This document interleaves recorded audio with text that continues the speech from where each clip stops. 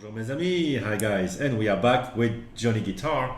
Hello, By Dick. now you should know this tablecloth. You didn't manage to completely ruin it last time, so you have a second chance today. Did you clean it or not? No, I did not. Okay, it You still didn't. smells like Beer. water. Yes.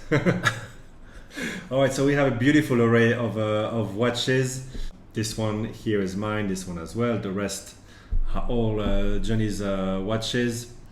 A couple of watches that he wears a lot. Beautiful IWC. So we will do different segments that I will upload one by one. And we have a beautiful longer here and a very interesting Minerva. And of course, beautiful Rolex here. But we thought we would start with a couple of new releases. Today I was in Central, in front of the Tudor Rolex shop. I saw the new models, the Royal, which are obviously not very hard to find.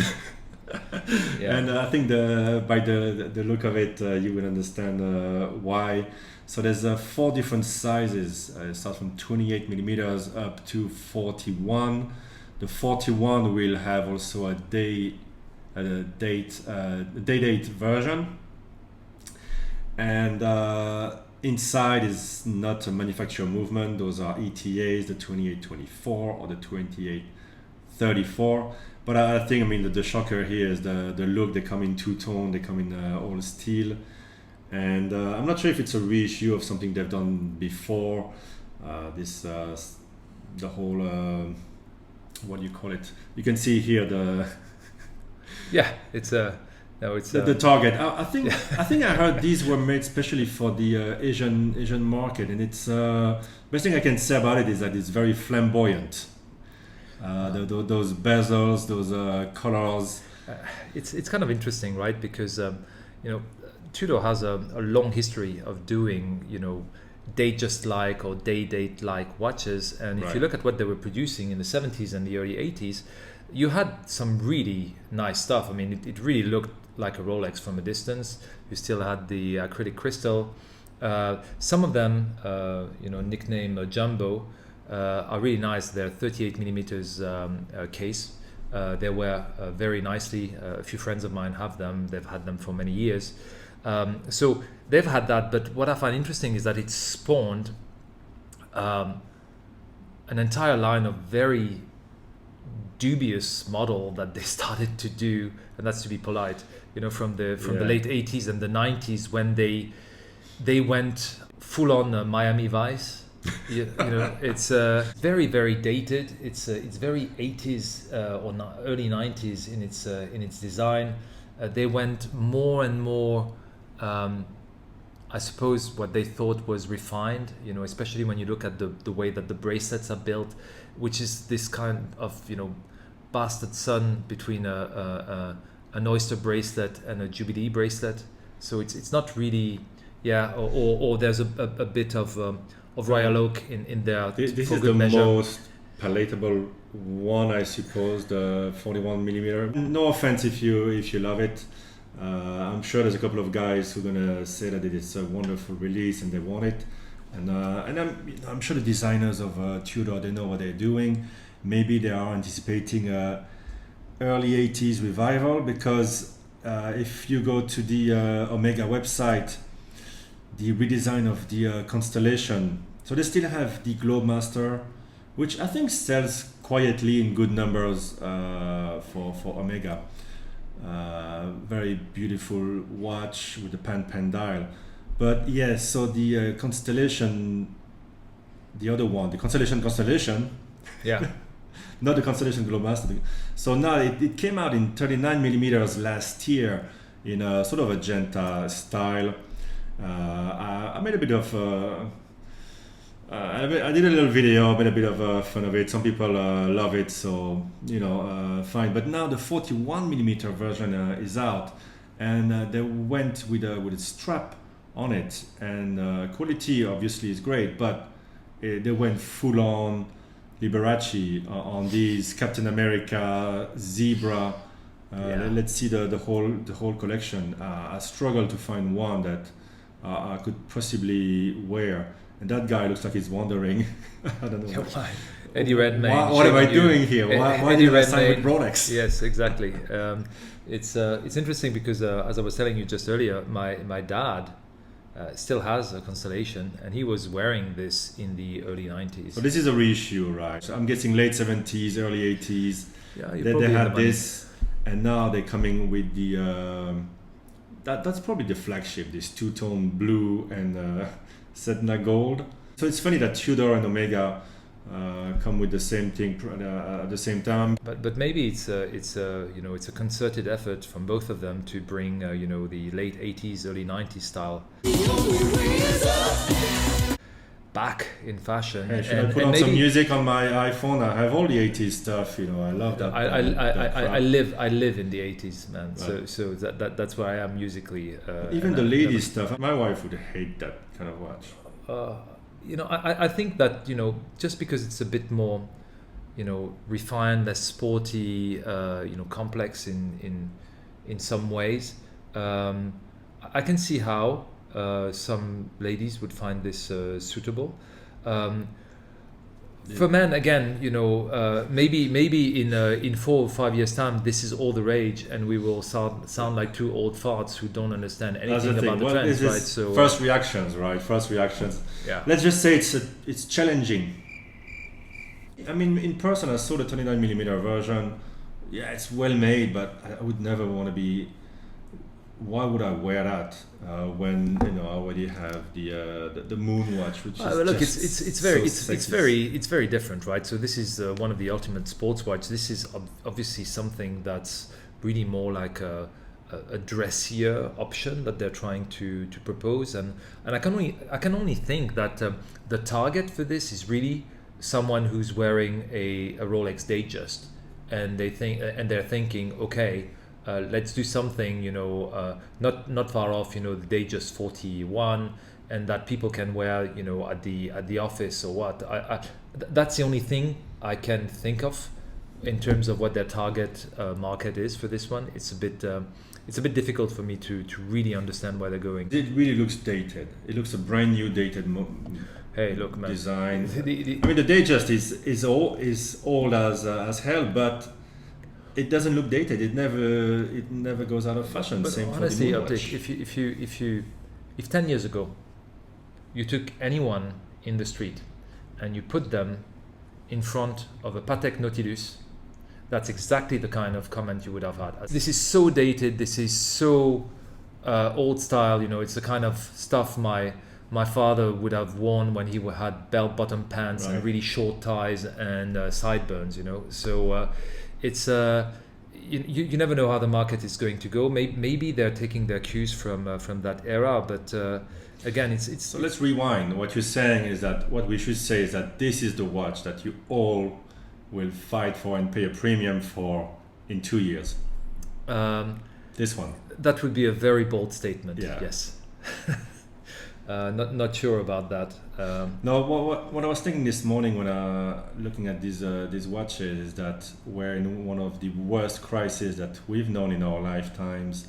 People losing their jobs, and who's going to want to wear something like that when half the workforce in their company is sacked? Or look at Hong Kong. They're closing Blancpain, Swatch in the center of Hong Kong. All the luxury is decimated. And all the small shops, restaurants are getting destroyed because we're back in the lockdown. But it's really interesting what's happening right now, because yes, you have a massive part of the economy that is suffering a lot. At the same time, you look at what was happening in the watch auctions a few years ago, where everything was going over valuation and people were prepared to spend stupid money. Way more than they could a few weeks or months earlier, or really that they should. And it's interesting because I was having a conversation with a friend of mine who is a boat broker, so sailing boats and yachts and whatnot. And he's telling me this year that the market is booming. So last year, because of the protest, he had absolutely no business. It was very, very hard. But this year, he's insanely busy. And I'm just wondering whether there's not this kind of phenomena where people are like, you only live once, and screw it, I'm just going to please myself, and it doesn't matter if it's a lot of money, because I don't know if I'm going to be there next year anyhow, and people just need to feel good about something or to feel good about themselves, and that's pushing people to do stuff that they would normally this not. would make you feel better. That makes me feel intensely better. Yes. Yeah, it is intense. Yeah. But even we were talking about the other day, even when I bought my chronograph Corne de Vache, I generally don't buy that kind of watch for that kind of money. But it made sense, right? It made sense. It made sense, but even made you feel good. But even if it made sense, it's still not in character fully to do that kind of stuff. So I'm wondering if there's not something there where people just need to be nice to themselves and do something that they really like. I think you should be nice to me and sell it back to me, because I think you're feeling bad about spending so much. Yeah, with a hefty discount, I assume. Yeah, well, yeah. Yeah, well, we can talk about that. I'm going to make you an offer that you should refuse. So, yeah, Omega, Tudor, very flamboyant, very exciting here. So, yeah, forget what we just said. In a couple of years, you're going to fight to get this watch. It looks great on this guy's wrist. Actually, on that angle, that one's a pretty good model. It doesn't look half bad. It makes me think of an oyster quartz more in the kind of profile that it has. It's like the Black Bay 58. Perfect sister brand to do the job, get the job done. But what I would find interesting is if they came back with an integrated bracelet option Rolex. I know that it's not everybody's taste. They won't do it. But the case of the oyster quartz Datejust was really good. A friend of mine has it. Yeah. It wears considerably larger than 36. Any watch with an integrated bracelet wears at least a couple of millimeters bigger. And frankly, it's nice, and it's the most accurate Rolex you'll ever wear in your entire life. Yeah, it's not a bad quartz either. No, it's not a bad quartz either. So I've got a lot of time for that. The only thing is, you really need to not put this watch on the side of your bed, because you're not going to be able to see, because it ticks very loud. Yes. I used to hate that, and now when you go to a hotel, there's always something ticking, and it drives me mad. And I'm getting used to it, just because I like to listen to my watches now when I go to bed. One last thing I wanted to talk about, and I want to see if you spot what I see wrong with this. People have been asking me, last time I had the Captain Willard reissue, 42mm, great. People are asking me, hey, why aren't you buying the new version again of the 62 MAS? And I'm gonna see. So this is the SLA 017.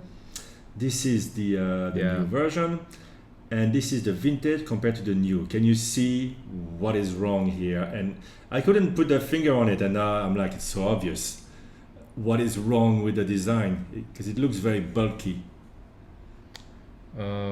Well, except for the fact that the bezel is 3 times as thick. But that's the thing. Yeah. The relationship of the bezel to the rest of the watch is so overpowering that it looks very bulky, and to me and it lacks all the elegance of the original. It's not a particularly elegant watch, but I was strongly considering this watch the case this year. It's one of because those. I was looking for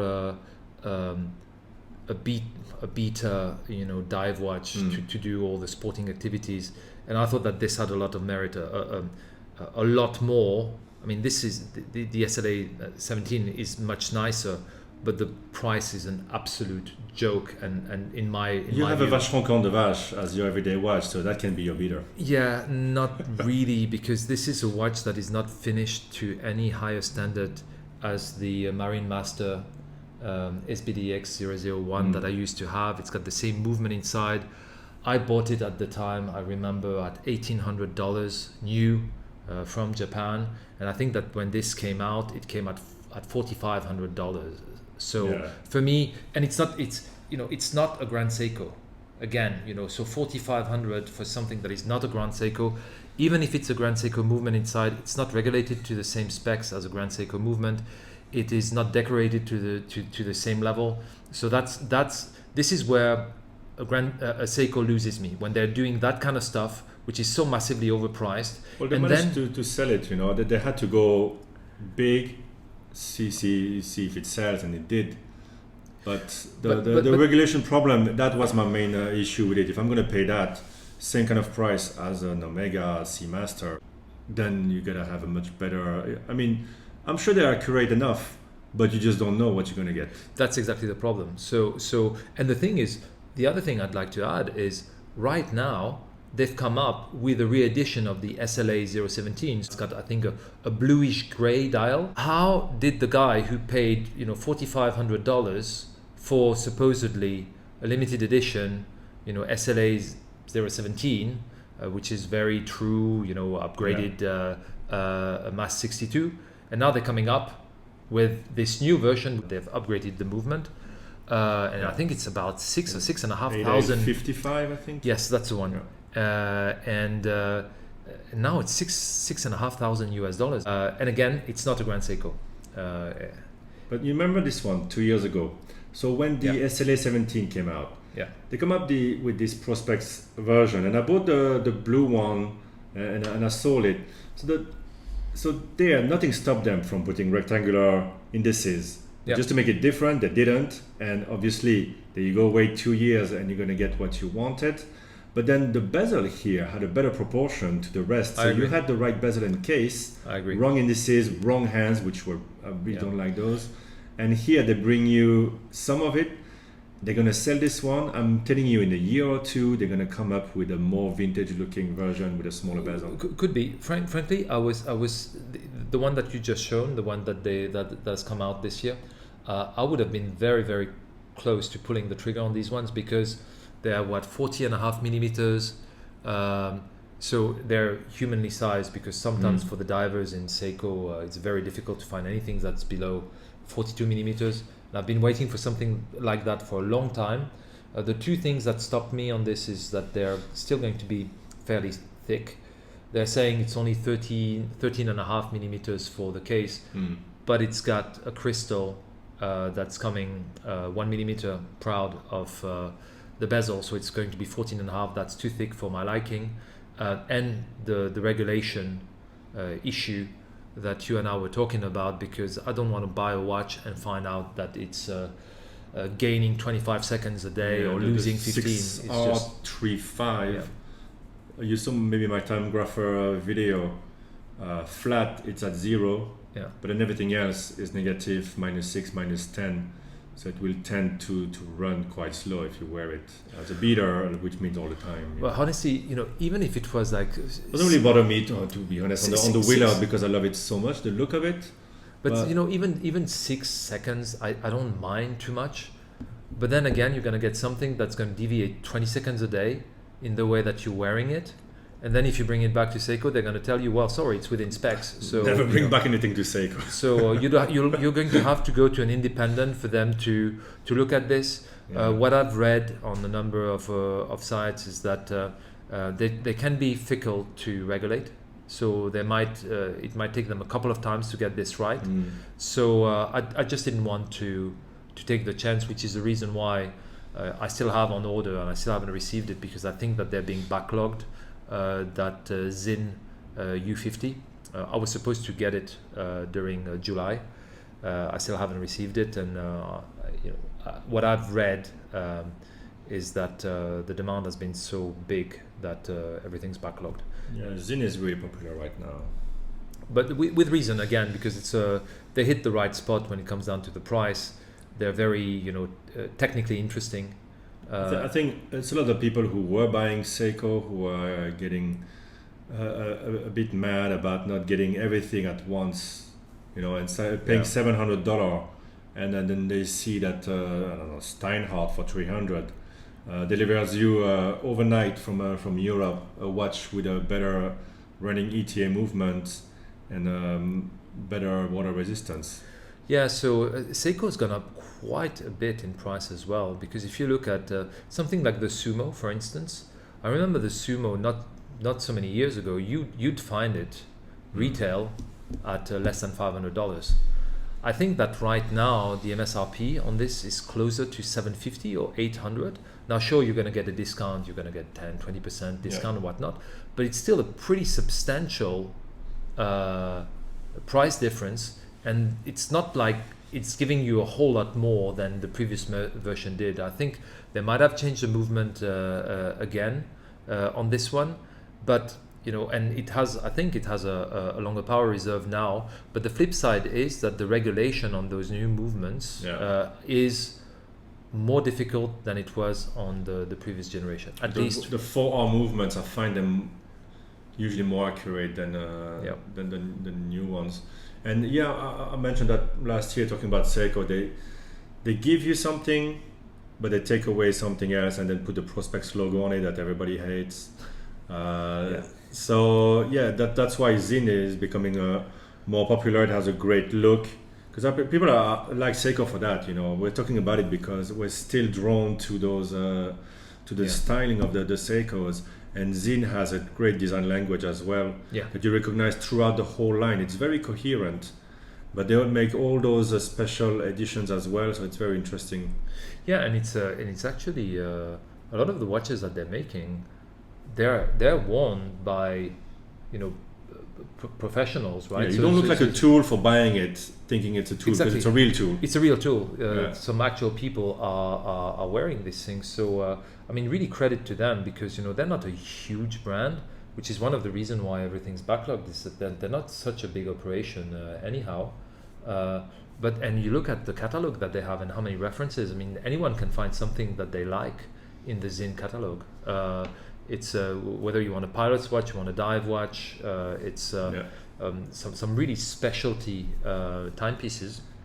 I was looking at the EZM one, not the one of Tim Mossa, but I think there was somebody selling an EZM one here, which might be a bit smaller actually than the 1-1.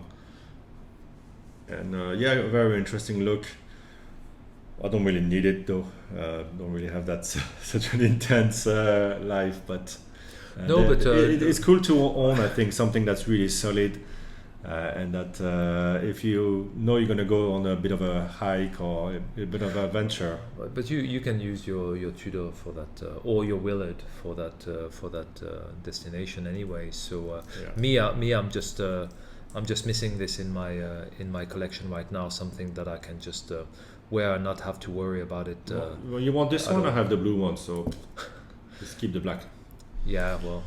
See, I came back to the black. The blue, I kind of babysit it. So I'm wear it when I have a nice white T-shirt and jeans, and then. Admitted you're gonna flip it, right? Out with the kids? No. It's weird to have twice the same watch, but I love them. Look, it's not that weird, because I've been toying for the longest time about getting the Explorer 2 with a black dial. Get the 42mm, because I like the 42mm in black, but I don't like it in white. I sorry to use a very strong word, I hate them both, because I think that they are wearing far too large. Yeah, they're 42. Big, They're 42mm watch that really wears like a 43 or 44. For me, they if there's one model that they've butchered, it's this one. Yeah. They made everything too big. The hands are a joke. The minutes hand is just so fat. It's just comical to see. But the black how one long it tones is. down a bit. But spec wise, it's almost as it's a bit too big, but otherwise it does everything. It has the GMT, the date, the water resistance. It's very easy to wear because it doesn't have the bezel that takes more space. But this one is a perfect watch. This is yours. It's not a Optics one. I have one as well, a later model. So we'll do a video about this one today actually. And so Rolex just blew up all the sizes. They just 41, date 8. The president went to 40, and But it's not only that. We're expecting the Submariner to get bigger. Movement. I'm not sure what I think is going to be. I heard it's going to be 41. Look, what they've done with the previous generation of Submariner is that they've done a 40mm watch that wears like a 41 because of how thick the lugs are. Yeah. and I would say this of pretty much all of the Rolex line right now, for a few exceptions, they're all well larger than their stated size, like all of them. They have the Yachtmaster, which is they've made. Why did they make a 42 in white gold? So no, to me, it announces that the Submariner is going to go bigger as well. Well, we'll see what happens. What's for sure, I think, is the next iteration is going to have the upgraded movement, because it makes absolutely no sense for them to keep a three hands date movement. The previous version, I forget the caliber 31, 35, when all of the other models now have got the 32, 35. What's interesting is it's the same movement for all watches, right? So the movement you have in this Datejust 36 is also the one that you're having in the Deep Sea. You can imagine how much metal they have to put around it, the space that they have to put to make it fit. But you look at where the date is on the dial, and that gives it away, right? Yeah. But it would make sense that it changes the movement. It would also make sense that they finally upgrade the movement on the no date version of the Submariner as well. I don't know if we'll get it within the same year.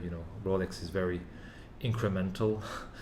To say they're going to come out in gold first, Yeah. I mean, they've already completely blinged up the Sea Dweller, so why not bling up the no date one? I think they might do what they did with the Yachtmaster. So the Yachtmaster comes now in 42, but in white gold. You can still get the Yachtmaster in 40.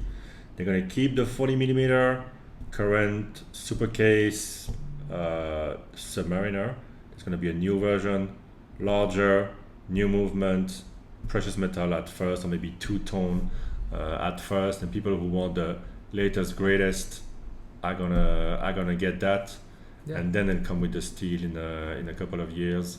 Yeah, so that's what they've been doing, for a long time now. So it wouldn't, but you never know with them, right? So it's always a little bit of a surprise, and obviously the internet is going to be on fire. And I'm already dreading the moment, honestly, because there's just going to be... Not like we're going to be able to buy it. We can't even get a Pepsi 2.5 years after the release. So. And there's going to be 500 YouTubers commenting on the watch that they've never seen, but who are going to have a very, very firm opinion about what it's going to be. But anyway. Shall we move on to... let's talk about the watches on the table. Sure. Let's cut it here. This was just a bit of chat about the new releases, and let's talk about this bunch of old metal in the next one.